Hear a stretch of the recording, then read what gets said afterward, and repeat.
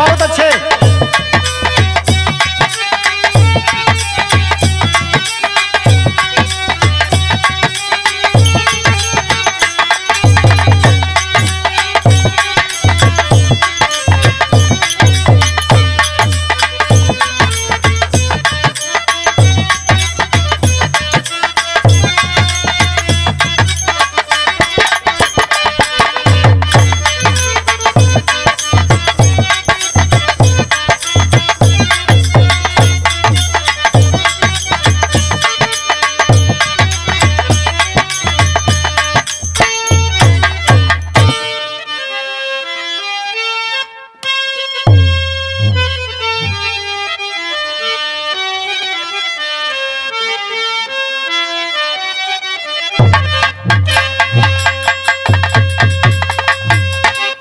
ओपी music channel बड़े भैया के देख रेख में एक कांड सुनाने जा रहा हूं। बाबा शीर्षक है राखी की कीमत।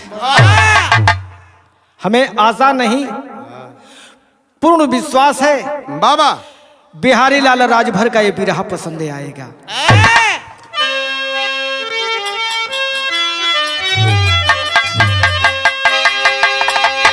कैसी लीला जगत में तुम्हारी प्रभु,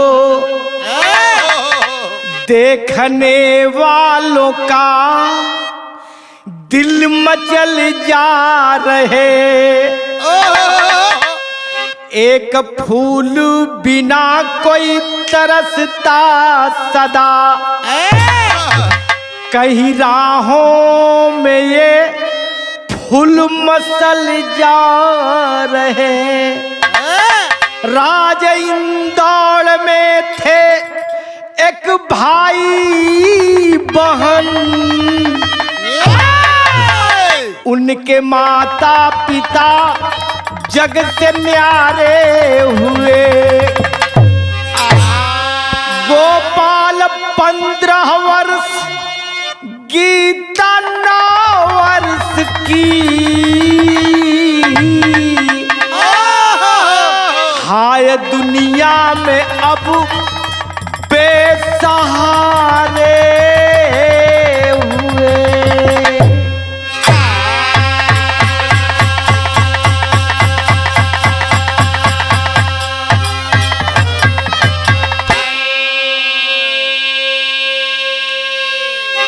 देखा हो बड़े भाग्य से माई बाबू को प्यार मिलेला। बा गोपाल 15 वर्ष का था, गीता 9 वर्ष की थी। दोनों भाई बहन राज इंदौर में थे भाई बहन, लेकिन बच्चों के रहते हुए माता पिता इस दुनिया से चल बसे। बाबू गोपाल 15 वर्ष सबसे बड़ा लड़का था, गीता छोटी बच्ची 9 वर्ष की थी। बाबू ए मास्टर साहब, ए गोपाल भैया, पप्पू भैया, ढोलक मास्टर साहब, बड़का भैया, एक ठे तर्ज आ गल हो। तर्ज मुझको मालूम है मैं शराबी नहीं, फिर भी कोई पिलाए तो मैं क्या करूं। मुझको मालूम है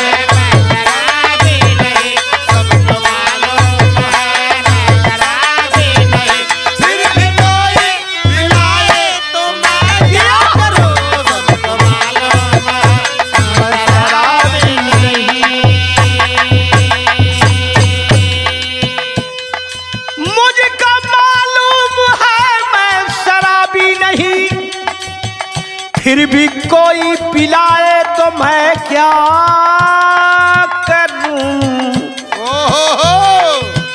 सिर्फ एक बार, सिर्फ एक बार नजरों से नजरें मिले, सिर्फ एक बार नजरों से नजीरे मिले और कसम टूट जाए तो मैं क्या करूं। सिर्फ एक बार नजरों से नजर मिले, सिर्फ एक बार नजरों से नजर मिले और कसम टूट जाए तो मैं क्या करूं।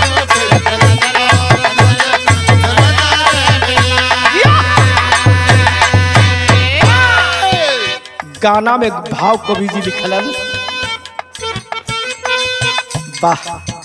हाय विधाता मुकद्दर में क्या लिख दिया।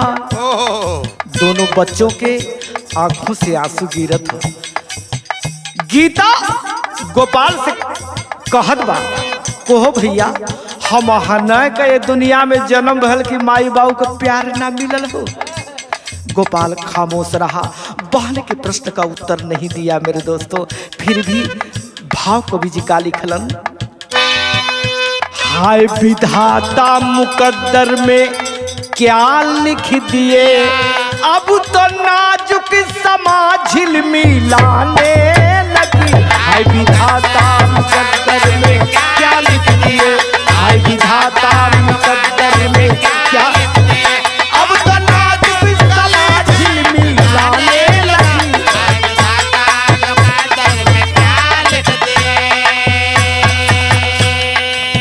अब सुना,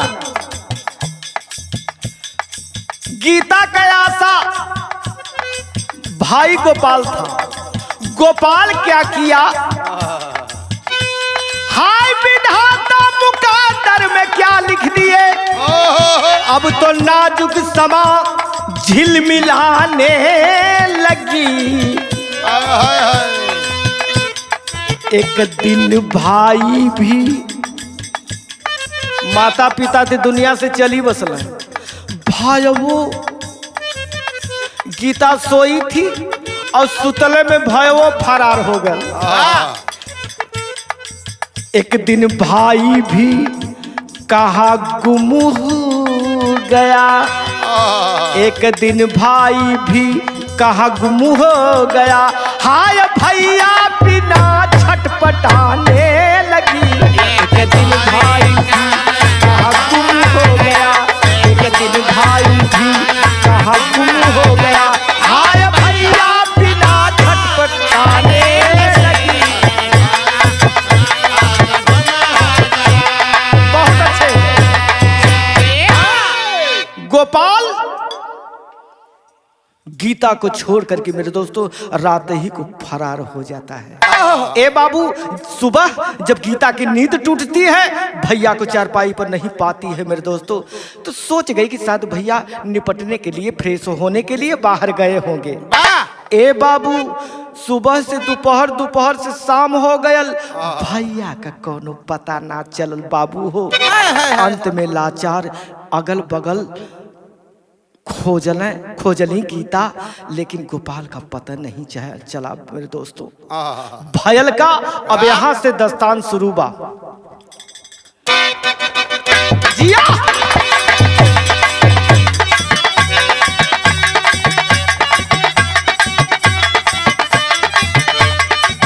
बहुत अच्छे। हमार गुलाब भैया मूड बना के संकेत दे दो तो मूड मिजाज बनी दे जाला हो। हुआ सवेरा गीता भाई बिन बेहाल हुई, पेट की ज्वाला सताती थी बदन लाल हुई।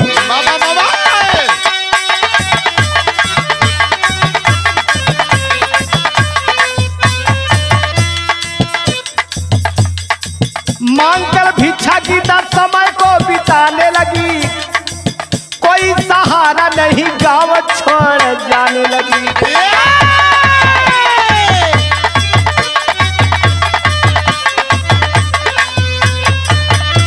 ए बाबू, भूख प्यासी से मरती हुई गीता जब सब कुछ दुनिया में बर्दाश्त हो जाला। ये बाबू, सब कुछ दुनिया में बर्दाश्त होला, लेकिन पेट का आग ऐसा बाकी ई बर्दाश्त ना हो। अंत में लाचार होकर के भाई तो फरार हो गया। अकेली गीता भीख मांग करके लाती थी बनाकर खाती थी मेरे दोस्तों। एक दिन गीता लाचार होकर के पहुंची कहाँ बाबूजी? मार्केट में पहुंची। कौन मार्केट था? मांगती भीख गीता पहुंची है इंदौर सही। एक बेस्या ने निहारी है करके गौर सही।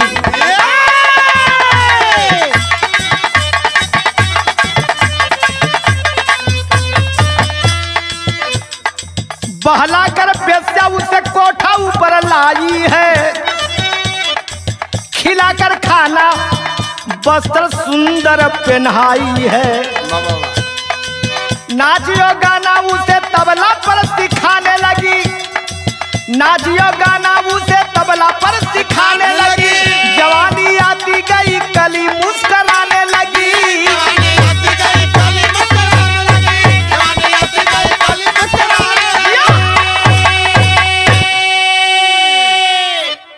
गीता भीख मांगती हुई इंदौर मार्केट शहर में पहुंचती है। एक कोठा था, कोठे के खिड़की से कोठे वाली झांक रही थी। देख रहे कि बड़ी सुंदर लड़की, इतना खूबसूरत लड़की भीख मांग रही है। बाहर पेट की ज्वाला। ए बाबू, कोठे वाली किया क्या? उस भिखारन गीता को अपने पास बुला करके बाबू बड़ा बढ़िया भोजन करौलस हो। भोजन करा के नया वस्त्र पहना करके बाबू सारी कहानी पूछती है। सारी कहानी कोठे वाली बाई पूछती है कि बता दो बेटी तेरा नाम क्या है? कहती मेरा नाम गीता है। मेरा एक भाई गोपाल है, घर से फरार हो गया। बाई पूछती है कि तेरे माता पिता? कहे माता पिता तो इस दुनिया से चल बसे हैं। अब मेरा इस दुनिया में कौन है बाबू? इतना कह करके गीता के दोनों आंख से आंसू छलक गल हो। जब छलक गया तो कोठे बाई को मेरे दोस्तों दया आ जाती है। कहती कि बेटा आज से मेरे कोठे पर रहना, तुम्हें सिखाऊंगी, बताऊंगी, नचाऊंगी। आया है मेरे दोस्तों, तबला सिखाने लगी, नचाने लगी, कला से भरपूर होती है मेरे दोस्तों। अब गीता कोठे पर ही रहने लगी। ए मास्टर साहब, एक ठे तर्ज लगा तनी फर्स्ट में।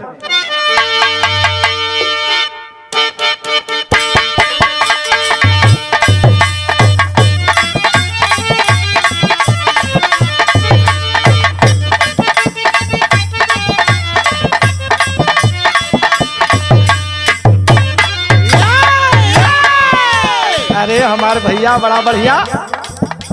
निबिया के डलिया के डोलिया बनवली, निबिया बताइए वो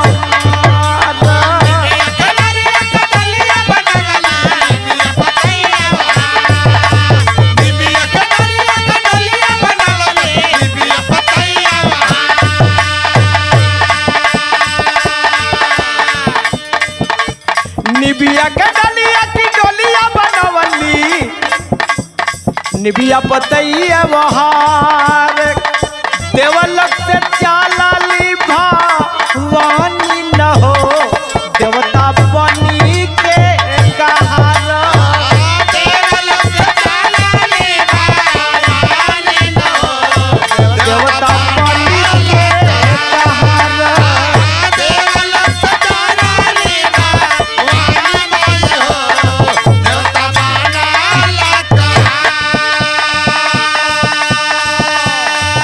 आया है बाबू। लगनी सिखावे कोठे पर हो। सच में इतना बढ़िया नाच रही थी गीता, इतना सुंदर तबला भी बजा रही थी, यानी कला से परिपूर्ण हो गई। भाव कवि जी लिखलन, कोठवा पे कुह कैली बैठी कोयलिया, रूस गईला काहे भगवान। कोठवा पे कुह कैली रूस गईला काहे भगवान।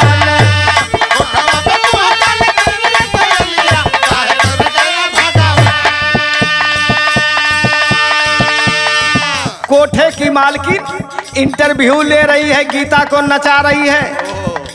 गीता नाच रही है बाबू, गा रही है। और गा रही है तो वही गीत गावत है अपने पर बीतल, अपने पर बीतल कि हम इतना अभागन है कि हमारे माई बाबू दुनिया से चल बसलन। एक ही मेरा भाई आशा था, वो भी भाई मुझे छोड़कर चला गया। ए बाबू अपने पर बीतल गीता गीत गावत बाहो।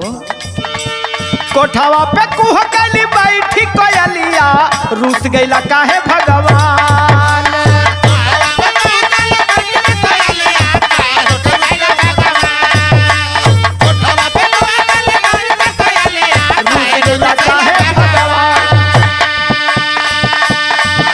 गईला बिछुड़ल पीरन भैया न हो,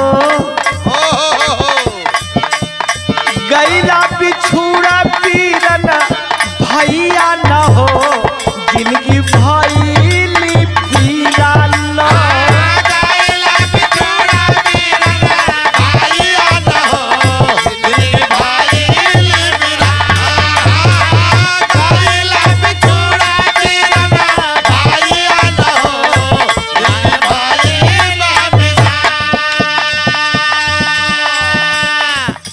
यही सोच करके बाबू गीता नाच रही है, रो रही है। यही सोच रही है हर साल अपने भैया गोपाल को राखी बांधती थी,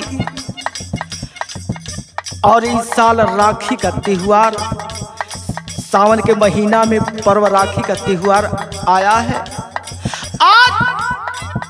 आज मेरा भैया होता, हंस हंस के अपने भैया के हाथ में कलाई बांधी। अरे राखी तो द्रौपदी ने बांधा था द्वापर युग में कृष्ण को, और कृष्ण बीच सभा में जाकर के द्रौपदी की लाज बचाए। आज मेरा भैया हो तो राखी बांधती। रक्षाबंधन, राखी का अर्थ होता है, रक्षाबंधन का अर्थ होता है कि बहन के दुख सुख में भाई साथ दे। आज मैं कोठे पे नाचती, आज मैं भूख प्यास से मरती, लेकिन मेरा भैया कहाँ चला गया है, मेरा भैया कहाँ चला गया है। गैला बिछुड़ पीरन, जब जब आवेला रक्षाबंधन राखी खरीद मंगावे हो। जब जब रक्षाबंधन आता था राखी खरीद करके लाती थी। भैया नहीं हो तो क्या, भैया नहीं है तो क्या, राखी खरीद करके लाती थी वो। जब जब उस राखी के करके आरती चंदन तिलक लगावे ले हो, उस राखी के आरती करती थी गीता। चंदन तिलक लगा करके हर साल एक सगरे पर जाती थी। वहां शिवाला था, शंकर भगवान का मंदिर था। उस सगरे पर जा करके बाबू राखी बहाती थी गोपाल भैया के नाम पर।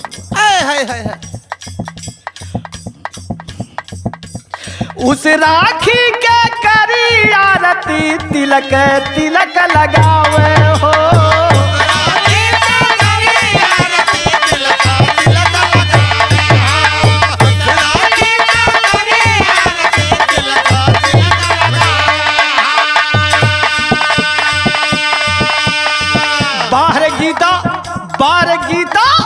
बाहर भाई बहन का प्यार। सूर्य डूबत जाई सगर किनारा, रखिया बहावले दाना।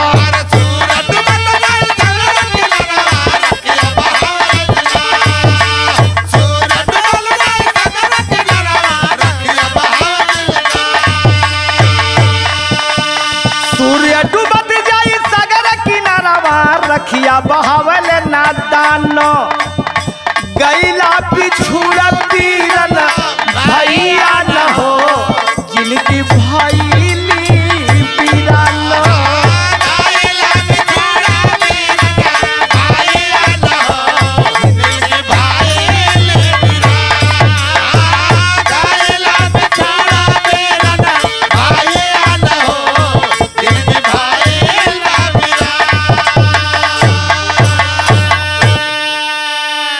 हर साल की भांति हर साल जब राखी रक्षाबंधन का पर्व आता था। राखी लेकर के सगरे पर राखी बहाती थी मेरे दोस्तों। आरती करके गोपाल भैया के आदमी की कहती थी, आए राखी जा जा। गोपाल भैया के हाथों में बध जा, यही कह करके अपने दिल को मनाती थी मेरे दोस्तों गीता। अब वो हर को बात सुना, भयवा फरार था मेरे दोस्तों। स्वर्दा भैया 7 साल की सजा काट कर बाबा गोपाल घर पर आया है।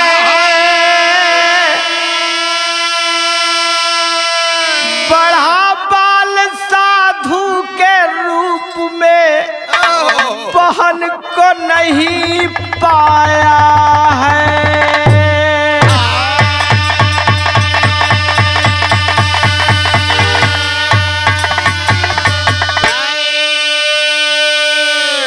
गोपाल 7 साल का सजा काट करके मेरे दोस्तों प्यासा हुआ, तरसता हुआ, बहन को देखने के लिए ललाई थी कि कब घर पर चलूं। अरे कब घर पर चलूं, अपने बहन को देख लूं, दिन भर के देख लूं। आखिर तो मेरी बहन, एक ही मेरी बहन आशा लगाई खड़ी इंतजार करती होगी।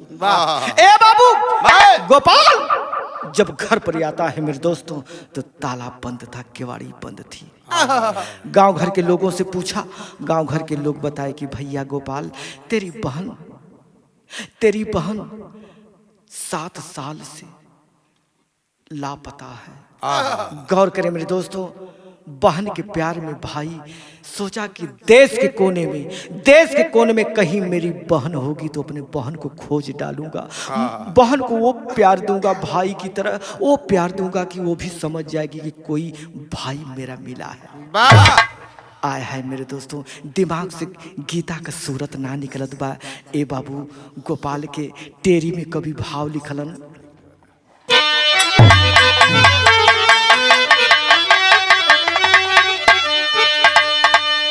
सूरतिया ना बहिन के बिसरे,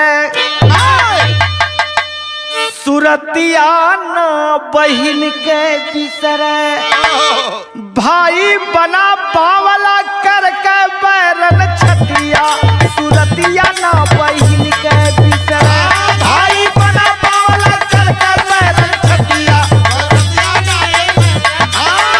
भाई बना पावला करके बैरन छतिया, सूरतिया ना बिसरे, भाई बना पावला करके बैरन छतिया, सूरतिया ना बहिन के।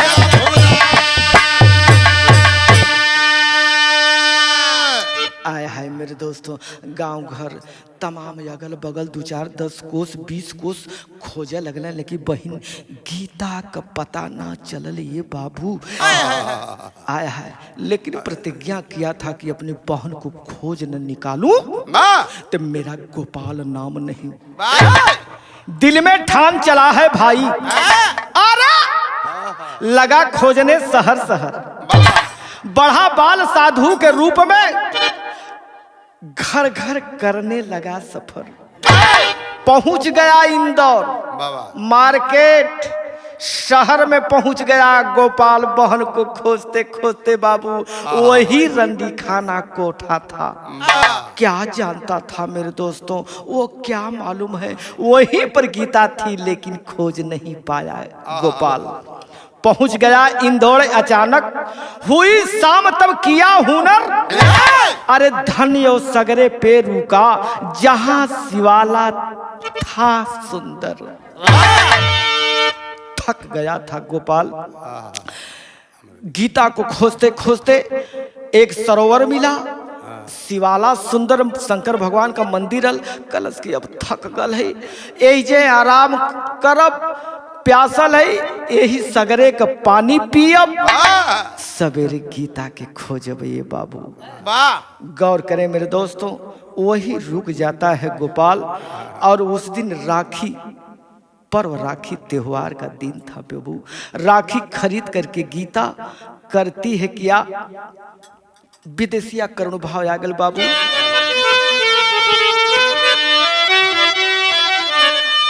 वही दीने राखी के पावन त्योहारवा हो,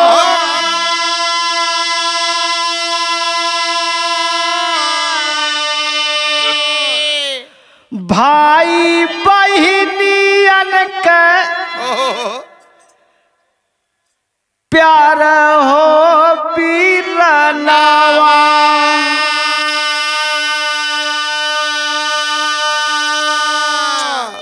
आया हाया हाया रखिया बहावे चलली डूबते सूरजवा हो,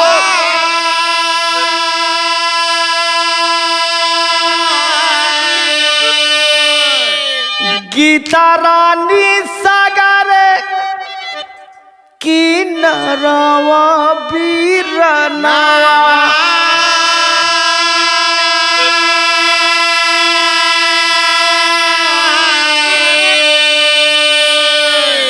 हर साल की भांति इस साल भी गीता भाई की याद में शाम होते ही राखी बहाने उस सगरे पर पहुंची। राखी पानी में बहाकर आंखों में आंसू लेकर अपने भैया को याद करती है। इधर गोपाल प्यासा हुआ बाबू उसी सगरे घाट पर बैठा हुआ, जब वही अजूरी में पानी लेके सोचत हूँ पी ही हो। आया है अब पहले कहानी बताई ए पप्पू भैया, आजकल गवैया ठे नई तर्ज गावत हूँ। कौन सुनाई दे ही? हाँ जरूरी है। अच्छा तू अपने मेहरारू के सुनाई दिया। सुन पगली रे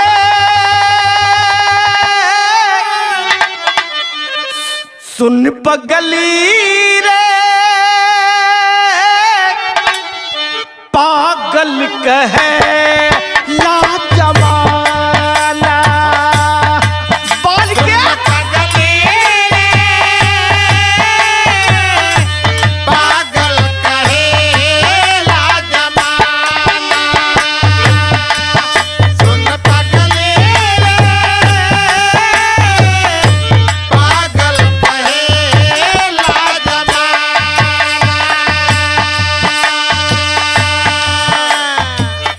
लगता कि मर जाई या तो जहार खाई, लोगवन के सुनी सुनी ताना। लगता कि मर जाई या तो जहार खाई, लोगवन के सुनी सुनी लगता कि मर जाई या तो जहार खाई, लगवन कटाने सुनी ताना।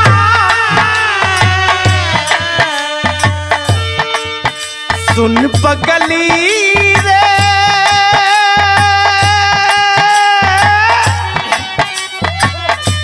पागल कहे ला जमाना, सुन पगले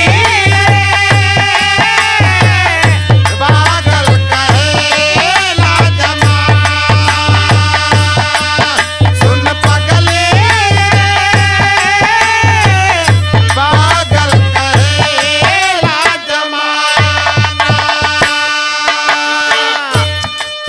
गजब गजब हमारे कवि जी मूड बना के लिखलन। यहाँ भाव यही मांग रहा था मेरे दोस्तों। धन है सिंहासन कवि जी, मालिक आपको दिल दिमाग पर ख्याल करें कि ऐसा ही बिरहा लिखल कराए आप। गीता जब ही राखी बहावत बा, उधर भाई साधु भेष में दाढ़ी मोछ बढ़ल बा, नहीं पहचान पाई गीता, नहीं पहचान पाई। देख रही है कि एक साधु पानी पीने के लिए अजूरी में पानी उठाया, अजूरी में पानी उठा रहा है। इधर गीता राखी बहा रही है और रखियो वहरे के का करवा हो, वहरे के हवा रल वहरे बहुत चल जाता है। रखिया लेके गीता जो ही बहावत है आ कहत कहाई ए भैया ए हमार भैया का कहत है गीता हो। हे भैया रख लिहा लजिया हमारी, रख लिहा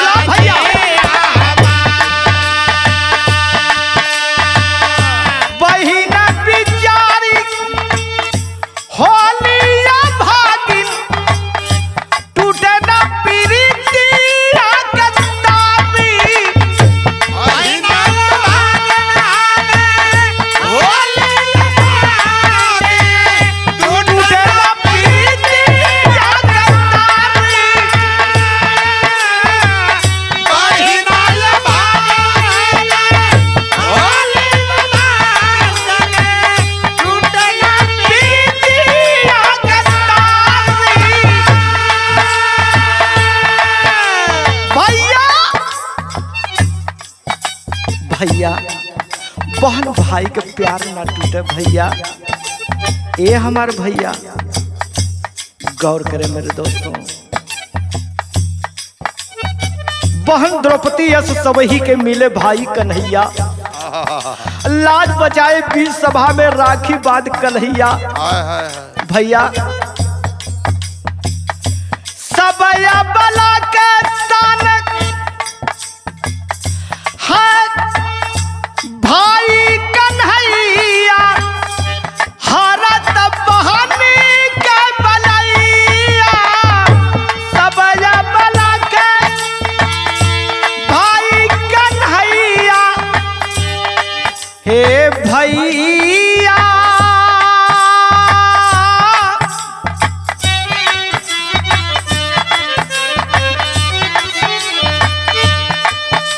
हे भैया रख लिहा लजिया हमारी,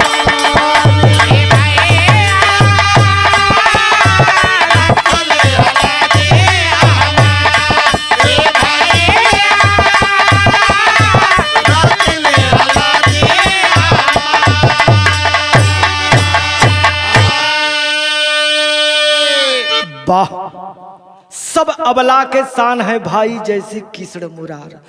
अरे भैया ए भैया हमार पगली का राखी स्वीकार करिहा भैया। यही कह करके बाबू राखी बहा देती है और उधर जो साधु रूप में था वह व्यक्ति जो वही अजुली में पानी उठाता है तब से उसके अजुली में राखी चली जाती है। गीता देख रही है कि पागल साधु के हाथों अजुली में मेरी राखी चली गई। आय हाय मेरे दोस्तों, भूख से प्यासा प्यासा भूख लगी है, प्यास लगी है, सगरे से जो वही पानी उठाता है पीने के लिए तब से नजर पड़ जाती कि मेरे अजुली में राखी है। ए बाबू लोग सोरठी गावे हो, तभी से फास्ट में रहे, बड़ी अच्छी सोरठी हो, कैसे लोग गावे।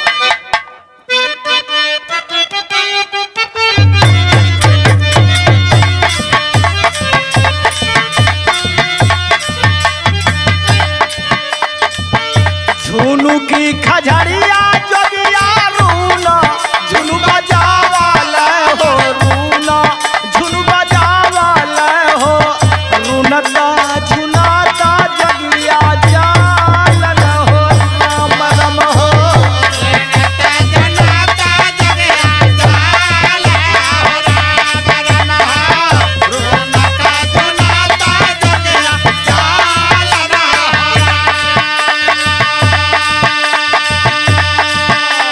साधु के रूप में अब वो साधु बाबा का बात सुना, अजुली में राखी चल आई, पानी भरल बा अजुली में। वहां के कवि जी भाव लिखले, वो साधु लगा सोचने, भूखिया पियासिया से ताड़ा है पिरानावा हो, ताड़ा है पिरानावा हो। ए रामा मिलली ना बहिनी यहाँ मारन हो रामा, ए राम मिलले ना बहिनी यहाँ मारन हो, ए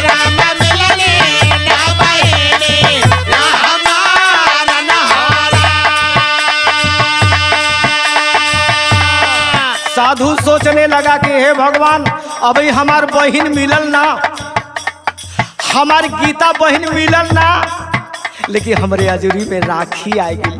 आय हो मैया, लगल ताके वो लड़किया को जवन गीता बहावत रहल, के चिन्हत बा कि यही गीता है, यही पगली के खोजत ही हो। पानिया उठावल जब ही अजूरी में बिरानावा हो, अजूरी में बिराना।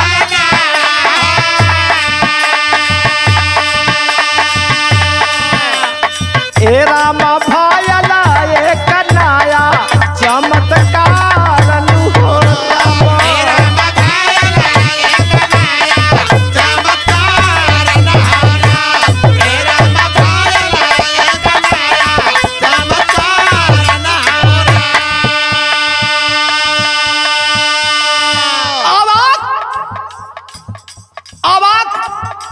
एकदम रह गया वो फकीर साधु के रूप में। दाढ़ी बढ़ल बा, मोछ बढ़ल बा, एकदम साधु की तरह, बाबू पागलों की तरह सोचने लगा। आजुरी में जब राखी आ गई तो सोचे लगल कि आय हो मैया, कैसन चमत्कार हो गल हो। पानिया के साथ उठनी राखी ते ही छानावा हो, राखी ते ही छानावा हो, राखी ते ही। बहुत अच्छे। ए राम भैया रहे रखी या निहारन हो, राम भैया रहे रखी या निहारन हो, राम भैया रहे रखी या निहारन हो। बहिनी के याद आवे पर नया नवा हो,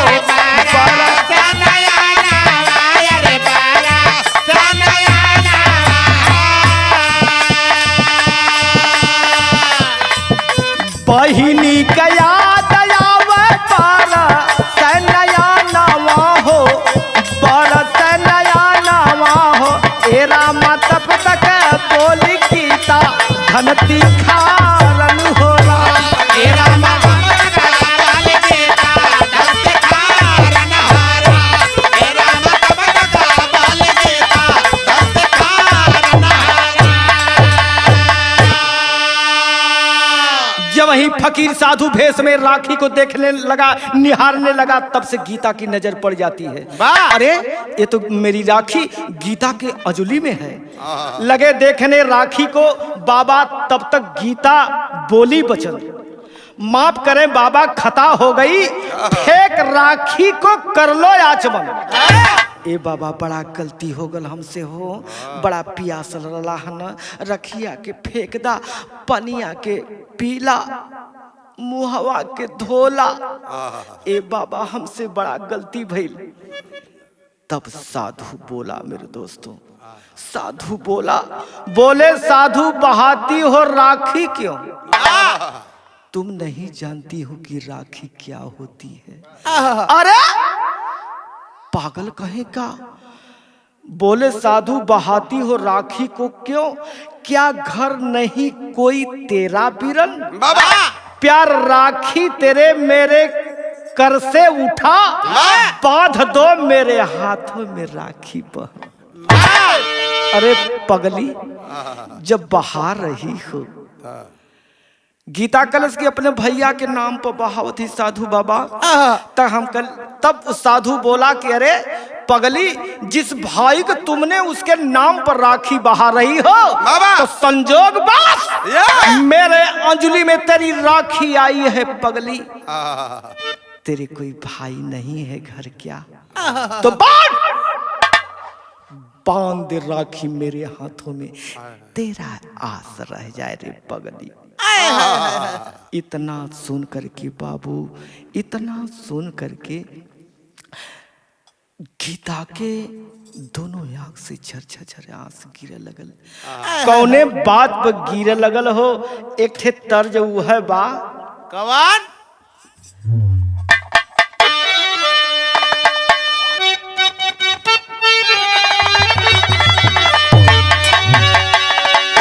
बिरहा जगत के सम्राट गा के स्वर्गीय रामदू चचा ये तर्ज के गावन। कैसे? हम रामदेव जी ना हई, हम बिहारी लाल राजभर है। एकदम डिट्टो उतार देते मेरे दोस्तों।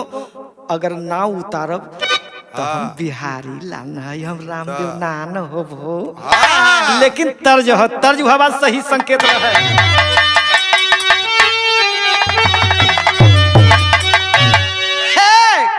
झूलनी पे बुड़नी जहाजिया गढ़ादा हमारे पाई जब रोज हीरो जो हमारे पाए बड़ा हीरा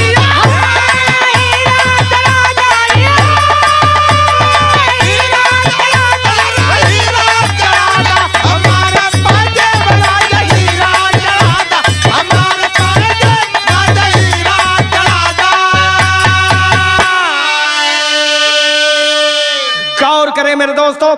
साधु बाबा कहा कि मेरे हाथों में राखी बांध दो बहन। जब बहन शब्द कहा मेरे दोस्तों, तब से गीता की दोनों आंख से आंसू छलक गल। कौने बात पर छलक गल, बड़ी मेहिन बात यहाँ कवि जी खोल के हम बतावत ही का। कौने बात पर गीता के आंखों से आंसू छलक पड़ा मेरे दोस्तों। एक कहत बा गीता, एक अरे बुझल अगिया जिन लगावाए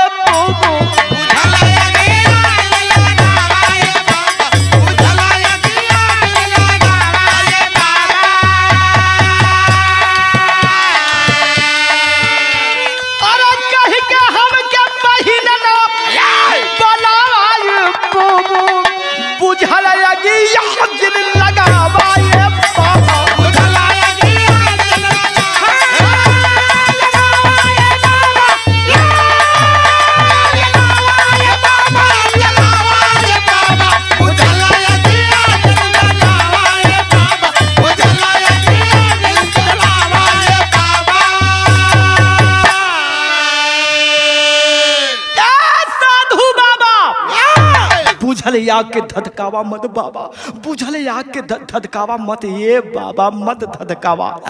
साधु बाबा अबाक हो जाते हैं, टुकुर टुकुर गीता का चेहरा निहारे लगल बाबू। आहिरी बाबा का कहत हैं गीता हो। बचपन में माँ बाप भइला सुपुनु मारी ठोकरवा परैले बिरनवा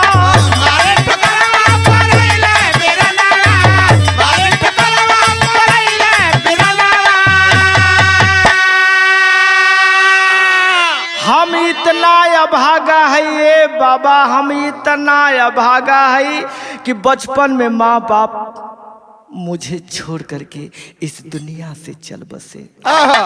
आशा बना मेरा भाई, वो भी मुझे ठुकरा करके चल दिया ये बाबा। आहिरी बाबा इतना बात जब कहलस, एक बात जब वही साधु बाबा बोलल चाहत हुआ, और तब से गीता के मुखार बिन से का बात निकलल। अरे हाय प्यासा बहिन, हाय प्यासा हम बहिन ना बनावाए बाबा, बुझल अगिया जिन धधकावाए बाबा।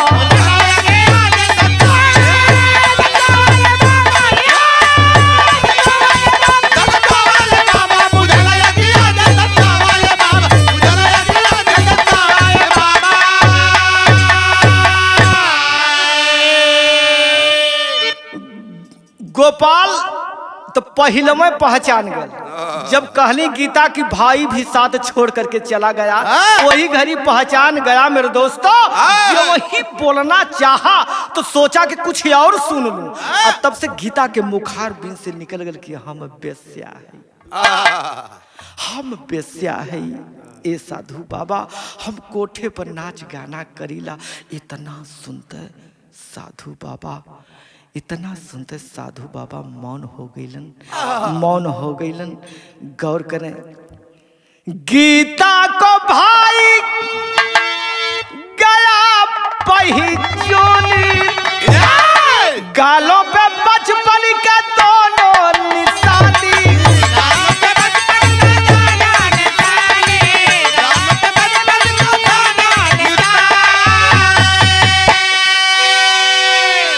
पहचान गया भाई, लेकिन बेस्या शब्द निकला तो खामोश हो जाता है कि मेरी बहन बेस्या।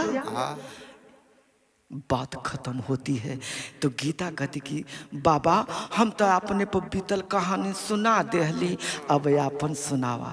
तो का कहत बा? अरे गीता बली बली हाल सुनावा ये बाबा, अरे बुझल यगिया दिन लगावा ये बाबा।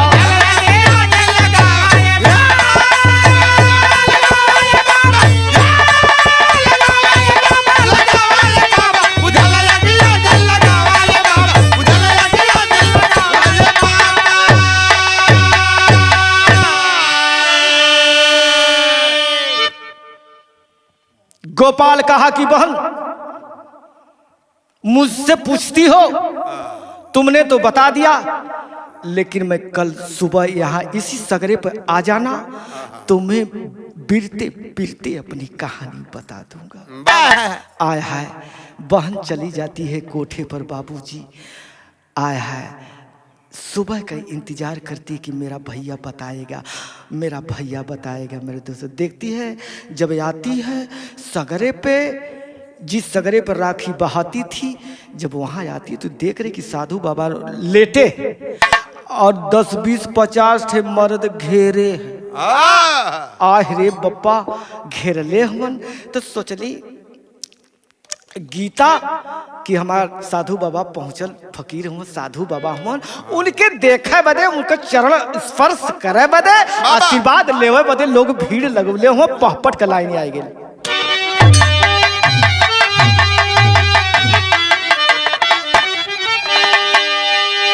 हुआ उदय, सूर्य उदय तक सुतला पे खबरिया साधु बाबा हो। अरे सूर्य उदय तक सुतला पे खबरिया साधु बाबा हो। और गीता जगाव टारी के चदरिया साधु बाबा हो।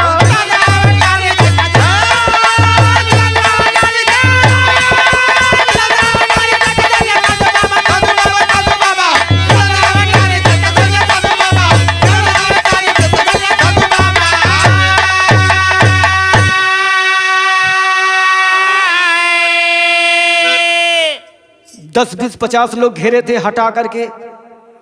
गीता चादर ओढ़े थे बाबा, चादरवा खींच के का देखत है गीता हो। तारी के चादरिया देखे बंद बाना जरिया हो।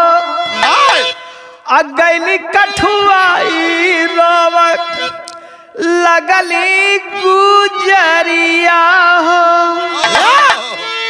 चदरिया जो वहीं हटौली हो बाबू, देखत है कि साधु बाबा का नजरिया बंद हो, जिभिया निकल गई है।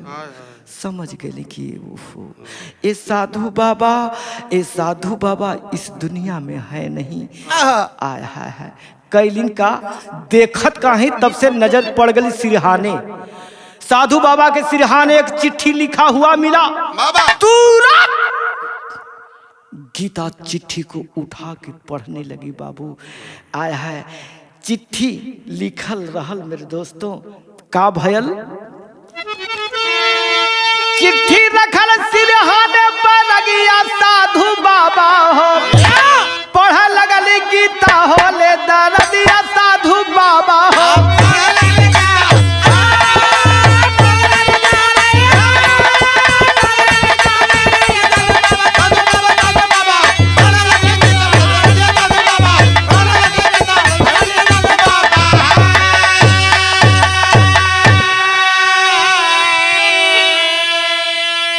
बिरहा सजनों, बिरहा ध्यान से जो सुनत हो, ध्यान से थोड़ा और सुन ली, पूरी कहानी स्पष्ट हो जाई।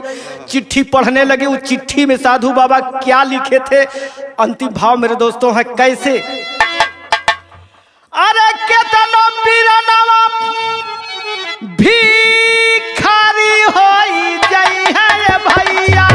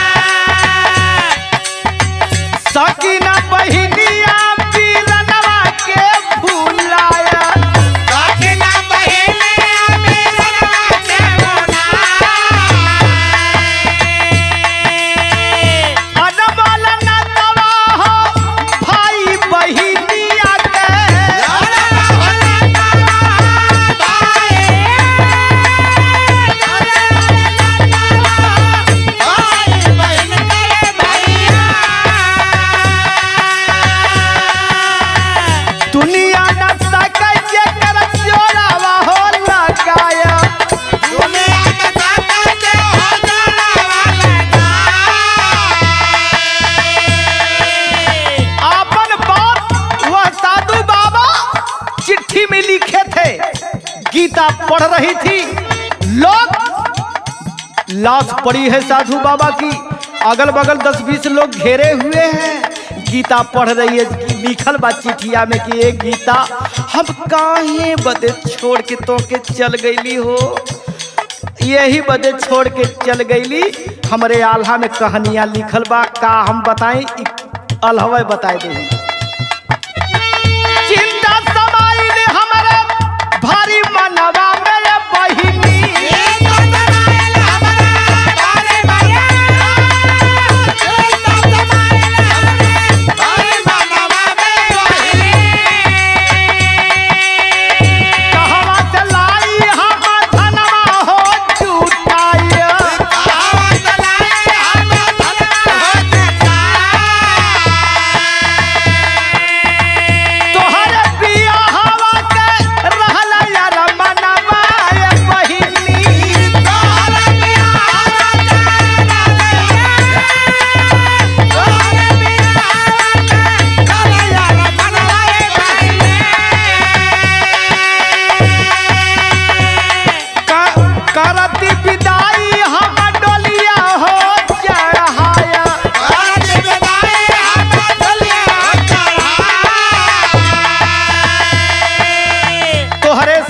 चिंता भइल, घर छोड़ देली तो के छोड़ के चल गईली तो कहा गईली चोरी कर।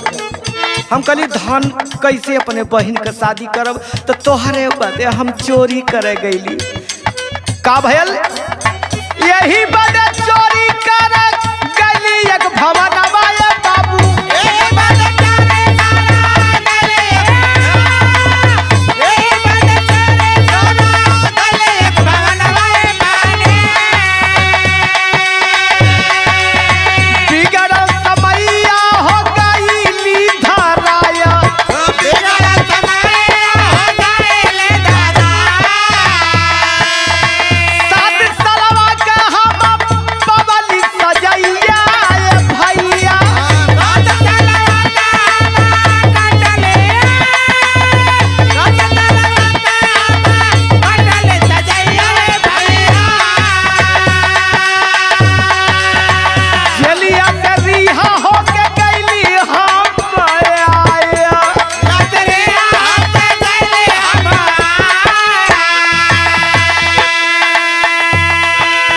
जेल से 7 साल के बाद बहन जेल से छूट करके आया तो सीधे इंदौर अपने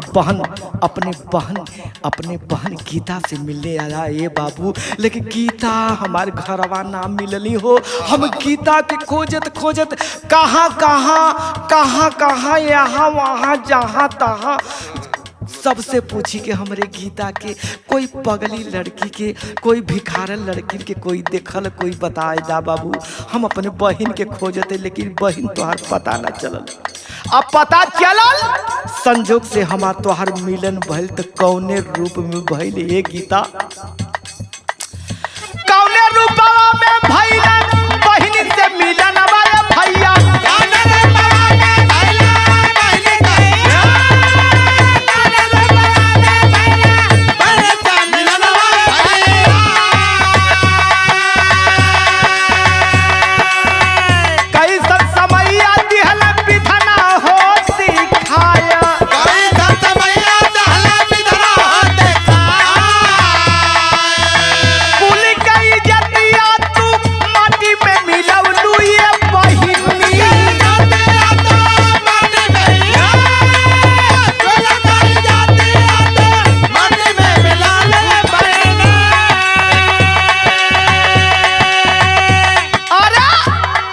एक भाई का बहन बेस्या, एक भाई का बहन बेस्या, बेस्या हमारी बहन नहीं बन सकती।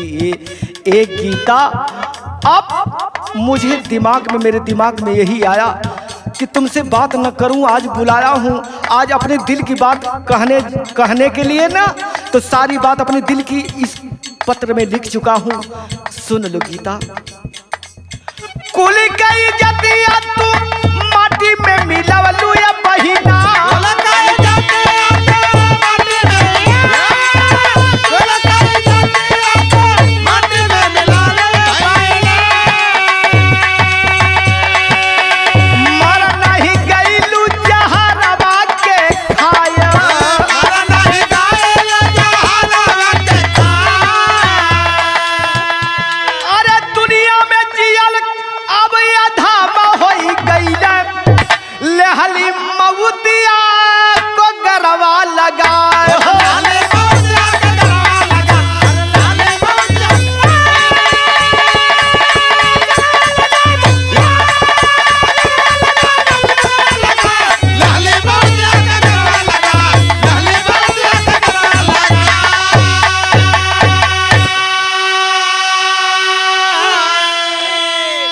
गौर करें मेरे दोस्तों, दुनिया में जियल अब अधम हो गई, लहली मऊतिया के गरवा लगा। यही से हम तुमसे दिल का बात ना बतौली गीता, अपनी कहानी पत्र में लिख दिया हूँ।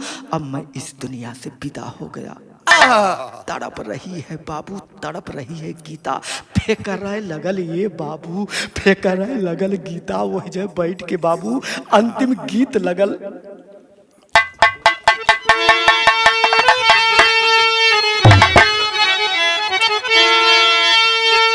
अरे गीता पगली हो, गीता पगली, रोवा भाई बिन बहिनिया हो, गीता पगली।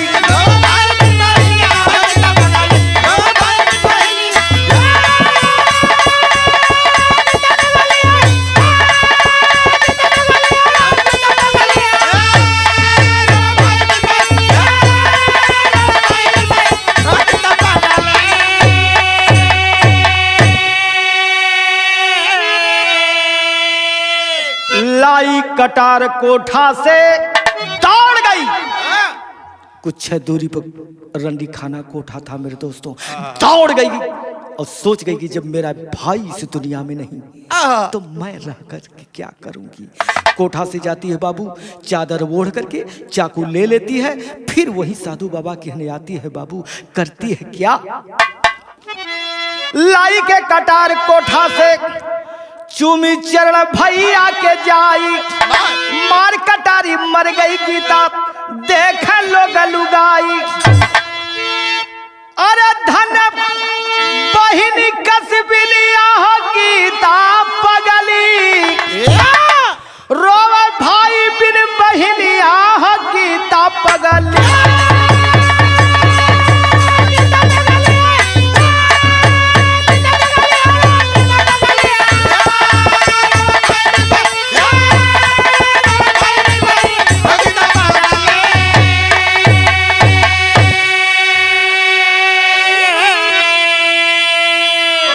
कोठे की कोठे बाई, गांव घर सभी मिल करके बाबू भाई बहन की लाश अस्पताल पर जब जाने लगी मेरे दोस्तों, 100 नहीं 50 नहीं, इतना स्वभाव गीता का था मेरे दोस्तों। हल्ला मचगल, पूरी कहानी गूंज उठल, लोग जान गईलन भाई बहन के प्यार पर मेरे दोस्तों। हजारों की जनसंख्या अस्पताल पर, एक ही साथे बहन की लाश जलाई जाती है मेरे दोस्तों। लोग जलाते हैं और सम्मान की नजरों से देखते हैं मेरे दोस्तों। वाह वाह वाह रे राखी का प्यार, वाह। ए जरी लाश दोनों की धरती गगन निहारे, अमर प्रेम भाई बहन हो गए जगत से न्यारे, राखी हो गई जीवनिया हो, गीता पगली।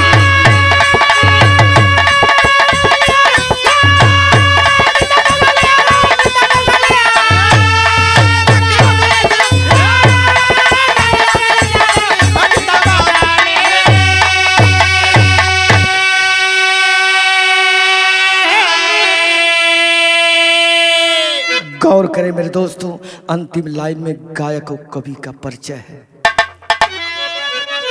गुरु बिहारी, गुरु गणेश, गुरु रामलाल बतलाए, कथन करें सिंहासन कवि इस बिरहा को दर्शाए, सुरतिया ना बाहिन के बिसरे, लिखते कवि सिंहासन बिहारी को गीतिया सूरत